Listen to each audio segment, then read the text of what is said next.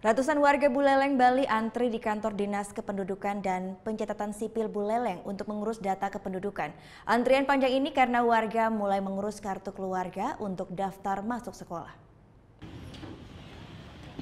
Tampak sejak pagi ratusan warga mulai antri di kantor Dinas Kependudukan dan Pencatatan Sipil Buleleng untuk mengurus data kependudukan baik kartu keluarga, KTP elektronik maupun akte kelahiran. Data kependudukan tersebut untuk mendaftar masuk sekolah. Antrian pun terjadi hingga halaman kantor. Meskipun para pegawai negeri sipil masih dalam masa cuti, namun pelayanan kependudukan ini tetap dibuka sejak Senin kemarin hingga masa cuti nanti berakhir. Salah satu warga mengaku terpaksa mengantri dikarenakan pendaftaran untuk masuk sekolah, baik sekolah di Buleleng, telah dimulai sejak Senin kemarin. Perluan sekolah. Sekarang mau daftar di mana? Di SMK Negeri 3 Singaraja. Mau lanjut sekolah? Iya. Tadi lama nggak ngantrinya? Lumayan.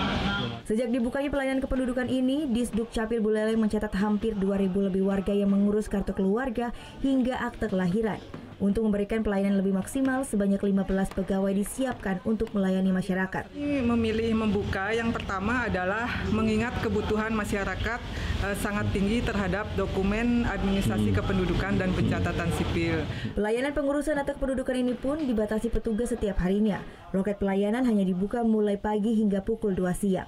Putu Wijana melaporkan untuk NET. Oh yang beneran? Iya, oke. Tapi gue pernah. Nah, udah kan nonton beritanya? Jangan lupa di subscribe, di like, dan juga di komen ya akun YouTube dari Net Bali. Terima kasih udah subscribe. Yang belum, jangan sampai lupa. Di sebelah sini nih. Subscribe.